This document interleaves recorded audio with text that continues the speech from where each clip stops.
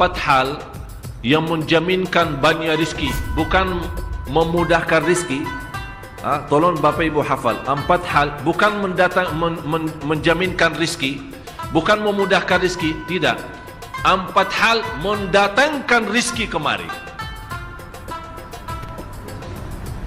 Dan 4 hal bukan Allah kasih kemudahan berarti kita berjalan mencari rizki Allah kasih, tidak.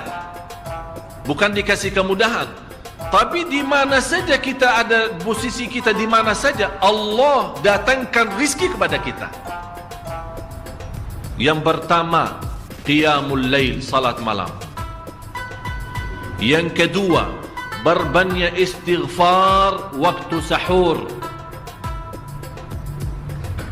Kalau anda tidak salat malam, jangan tinggalkan istighfar waktu sahur. Waktu sahur kapan? Kira-kira 30 minit sebelum azan. Disitulah Allah sendiri memuji. Allah bangga dan senang terhadap orang yang sahur. Sampai ulama berkata, tidak ada ibadah yang terbaik di waktu sahur selain istighfar. Jadi boleh baca Quran, boleh salat malam, boleh zikir, boleh apapun, tapi yang terbaik istighfar. Fokus hanya istighfar. Astaghfirullah wa atubu ilaih, termasuk istighfar Allahumma anta rabbi la ilaha illa ant, yang Bapak Ibu tahu sayyidul istighfar, yang terutama, yang paling luar biasa. Allahumma anta rabbi la ilaha illa anta khalaqtani wa ana abduka wa ana ala ahdika wa wa'dika mastata'at a'udhu bika min syarri ma sana'at abu'u laka bi ni'matika alayya wa abu'u bi dhanbi faghfir li fa innahu la yaghfiru dhunuba. Ya Allah, kalau kita fahami doa ini luar biasa. Oleh karena itu kata Rasulullah, barang siapa yang membaca sayyidul istighfar kemudian di malam hari dengan keyakinan dia meninggal habis baca istighfar, masuk surga.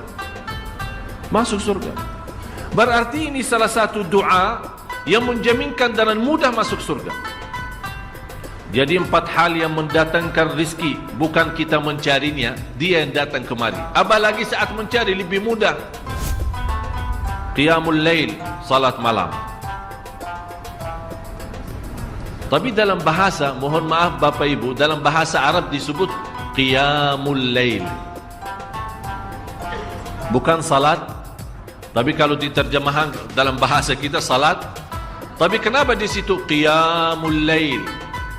Diberikan qiyamul lail, qiyam artinya berdiri. Berarti lama. Saking lama berdiri dikaitkan jadi qiyamul lail. Qumil laila ya ayyuhal muzammil. Apa terus? Qumil lail, berdirilah saat malam. Berdirilah, bukan salatlah malam, tidak. Berdirilah malam hari. Itu dahsyatnya di situ berdiri. Qiyamul lail. Yang kedua, berbanyak istighfar.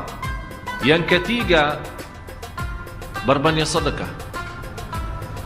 Sebenarnya bukan istilah berbanyak sedekah. Kadang-kadang orang bersedekah 100 juta, udah saya sudah bersedekah 100 juta. Bukan itu.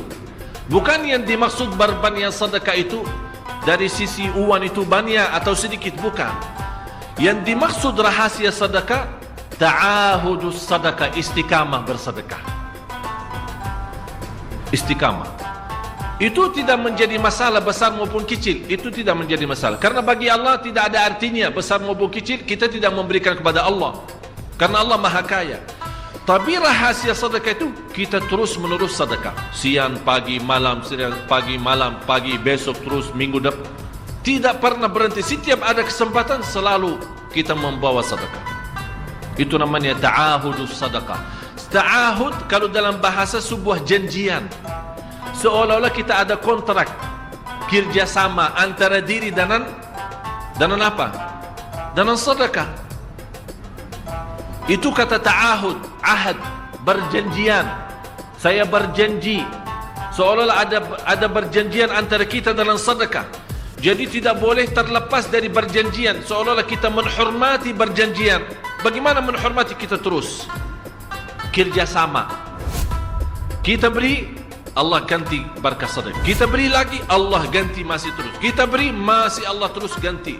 Itulah dahsyatnya sedekah. Jadi Bapak Ibu, jangan nunggu hari tertentu, bulan tertentu, malam tertentu kita bersedekah. Jangan. Setiap kita merasa ada berita baik, ada berita maupun ada berita buruk yang menyakiti perasaan kita di rumah tangga kita, anak kita, suami kita, istri kita, apapun, langsung segera sedekah. Disitulah rahasianya.